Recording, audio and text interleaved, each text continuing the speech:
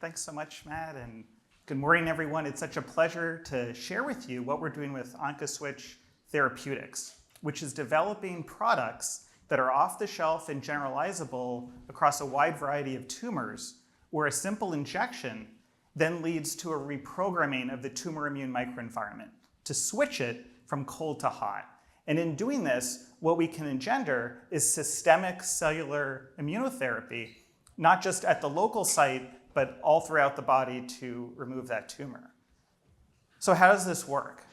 Well, it's based on a proprietary nanoparticle technology that allows safe and effective non-viral gene delivery with biodegradable particles to then reprogram that tumor immune microenvironment for both adaptive and innate immune responses.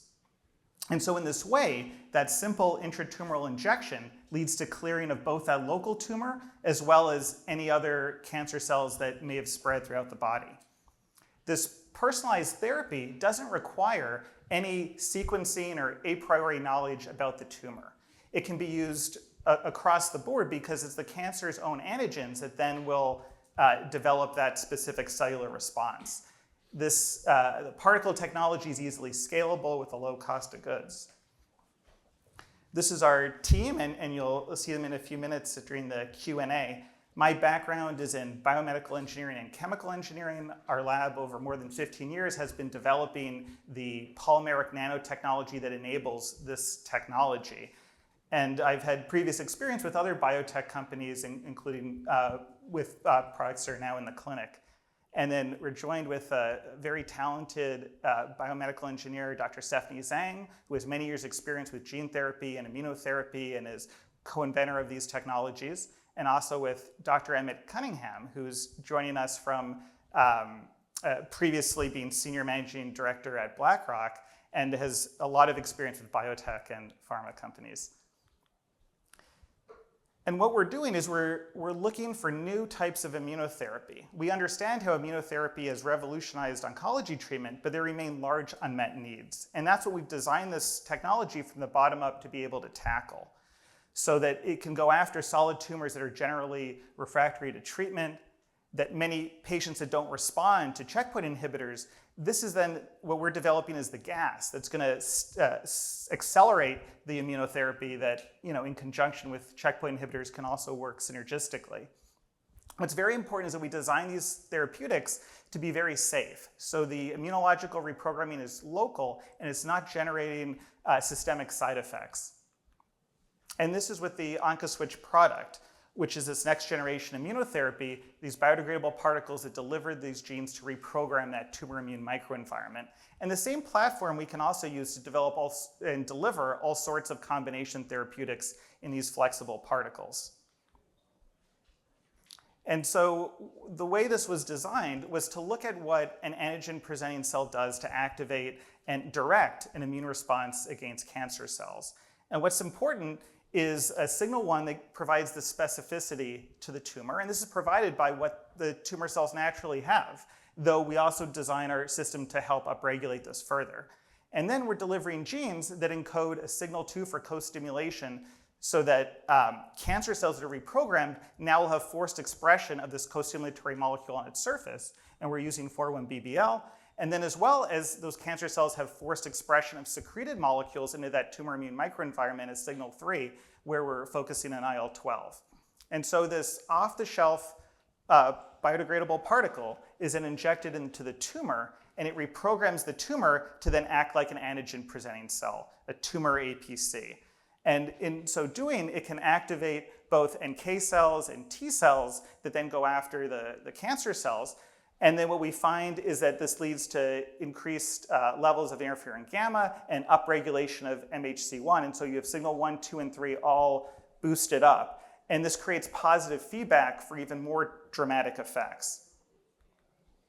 And so we have lots of data where we've seen this in different animal models. So for example, with B16F10 melanoma, one that's very difficult to treat in that model, checkpoint inhibitors aren't able to significantly extend survival. The animals only live a few weeks. We find with our particle treatment, significantly extends survival, and we have animals where the tumors fully regress away.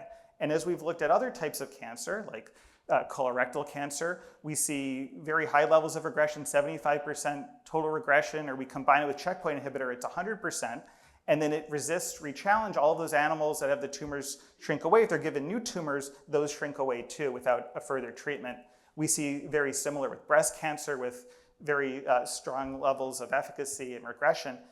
And then when we look at the tumors, we see that those factors that we're forcing the expression of have high levels of expression. We see the signal 2, the 4-1BBL, we see the IL-12 locally in the tumor. And if we look at those tumors, we see CD8 T cells infiltrating in. These are the cells that are attacking the tumor and giving the systemic immunotherapy.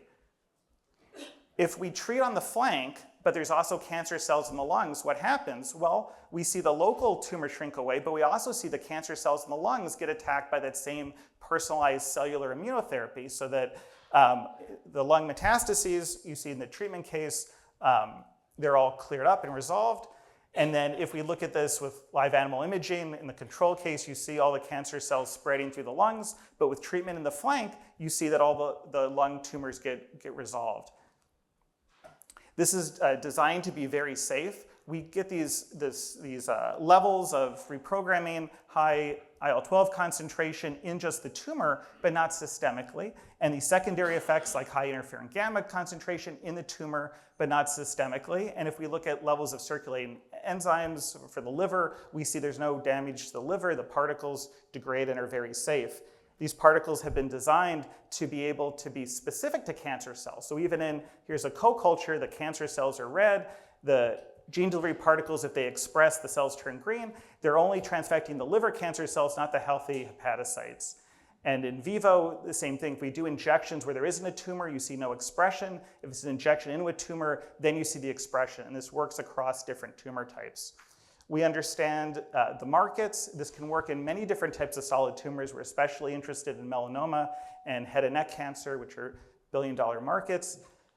And then we understand our next steps to complete our goals. We're looking to finish our seed fundraising by first quarter of 2025, and then use these funds to develop our IND-enabling studies to get our product into patients. And thank you so much for your attention, and we'd be happy to answer any questions.